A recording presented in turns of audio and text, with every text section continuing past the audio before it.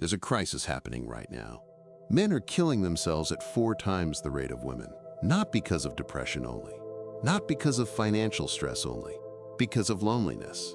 They have no one to talk to. They have no one they can be honest with. They have no one who actually knows them. I'm going to show you the exact framework for building the kind of deep friendship that saves lives. This isn't about having more connections.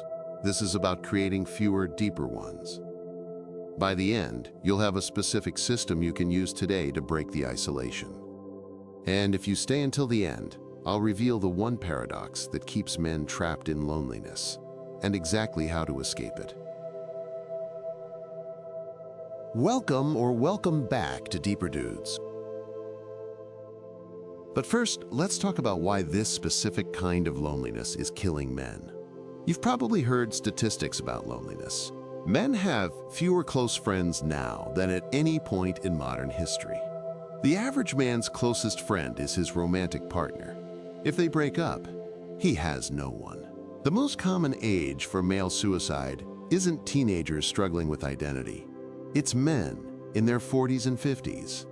Men who look successful on paper. Men who have money and status. But they're alone.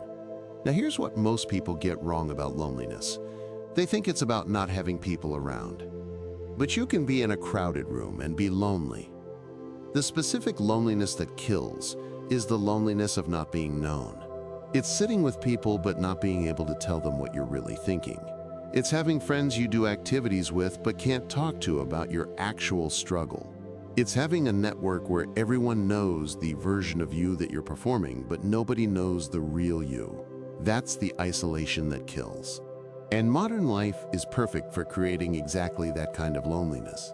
A man used to get his sense of belonging from multiple places. You were part of your local community.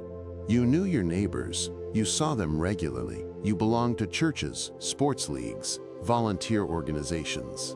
You had rituals that created regular connection. These institutions weren't perfect, but they provided regular, in-person connection with people who knew you. Now, all of that is gone. You live in a neighborhood where you don't know anyone. You don't have mandatory community participation. Most of your friendships are maintained through texts and social media. You might live in a city but feel completely alone. And we filled that void with work relationships and romantic relationships. But work relationships are transactional. They end when the job ends. And one romantic partner can't be your entire emotional world. So we're left with the illusion of connection. Lots of texts, lots of social media interaction, lots of online friendships, but no actual intimacy, no one who knows you deeply, no one you can be fully honest with, no one you're really seen by. Here's the thing that keeps men isolated. Real friendship requires vulnerability. It requires admitting you're struggling. It requires showing up as the real, imperfect version of yourself. But men are trained their entire lives not to do that. You're taught that needing help is weakness, that admitting struggle is failure, that being emotional is pathetic, that if you're not okay, you better figure it out alone or you're not a man. So you don't tell anyone you're struggling. You keep it to yourself. You handle it alone, and because you're not telling anyone, no one reaches out to help. So your isolation gets deeper, your struggle gets darker, and nobody knows. Here's the paradox. The only way out of that isolation is to tell someone you're isolated. But that requires vulnerability. And you've been taught that vulnerability is weakness, so you stay stuck. Most men stay stuck. A man will have multiple friends he's known for years, and not one of them would describe him accurately. Not one of them knows his real struggles. Not one of them could show up for him in a crisis, because they don't even know there is a crisis. That's the prison men build.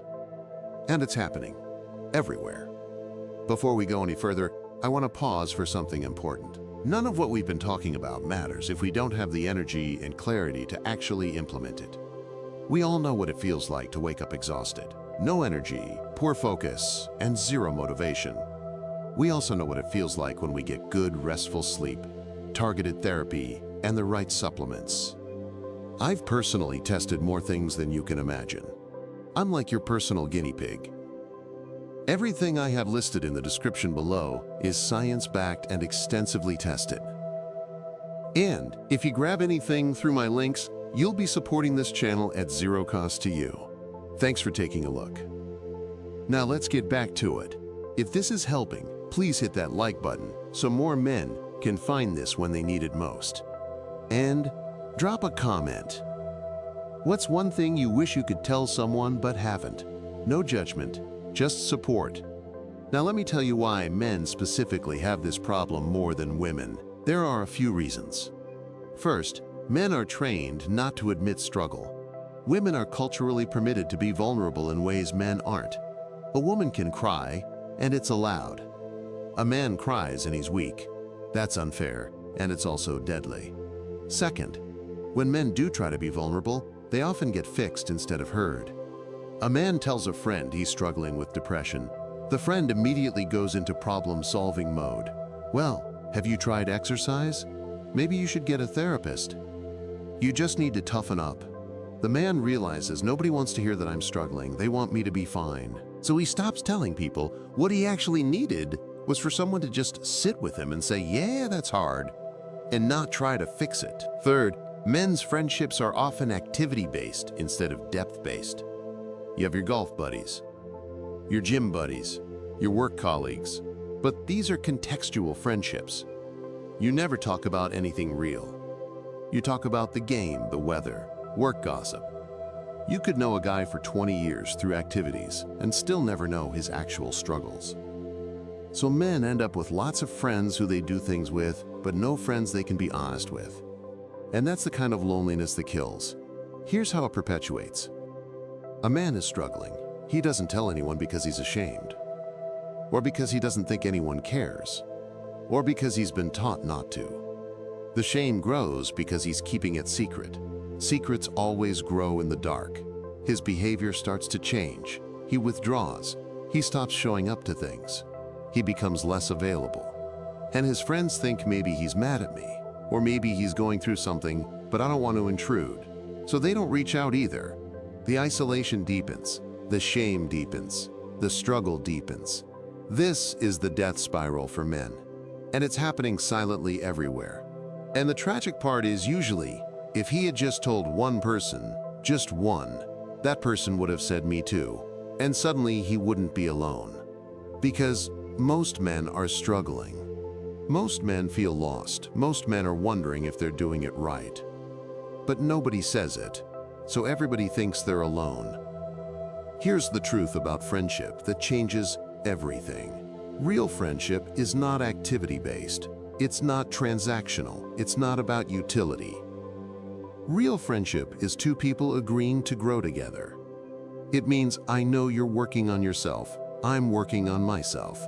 I'm going to ask you to help me. And I'm going to be there to help you. And we're both going to come out of this better versions of ourselves. That's a friend. That's community. And here's what's remarkable. When you have one friendship like that, everything changes. You're not alone anymore. Not because you have someone to do things with, but because someone knows you, and you know them. And you're both invested in each other's growth.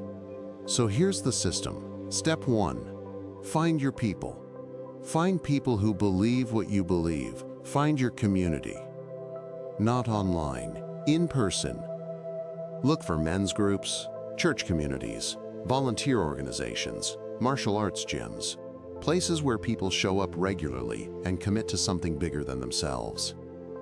Step 2, be the first to be vulnerable. Don't wait for them. You go first. You tell someone you're struggling. You create the safe space for honesty. When you admit your struggle, you give others permission to admit theirs. Step 3, stop trying to fix people. When someone tells you they're struggling, just listen. Say, yeah, that's hard, and sit with them. Don't jump to solutions. Don't minimize their pain. Just be present. Step 4, commit to regular, in-person connection. Not text.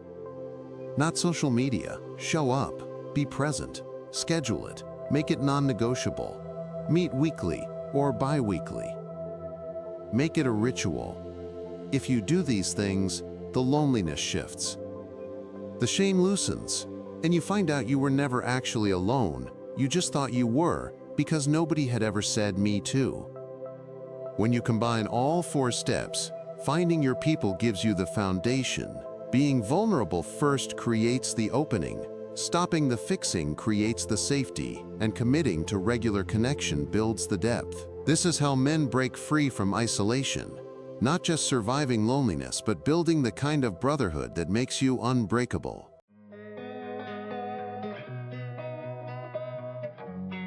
Drop a comment. Which step are you starting with? Number 1, finding your people. Number 2, being vulnerable first. Number 3, stopping the fixing. Or number 4, committing to regular connection. And here's the hard question. Who's the one person you need to reach out to today? Well, that's it. Thank you for taking the time to watch this video. If you found it helpful, please be sure to give it a like and maybe even subscribe to Deeper Dudes. And hit the notification bell so you don't miss any new videos. It all helps the channel more than you know, and it also tells us that we should make more content like this. We post videos every other day that tackle real challenges men face. Remember, struggling doesn't make you weak, it makes you human. The fact that you took time to watch this means you're ready for something better. Thanks again for watching and for checking out all the amazing products in the description below. They could jumpstart your healing journey. Catch you in the next one, Deeper Dudes.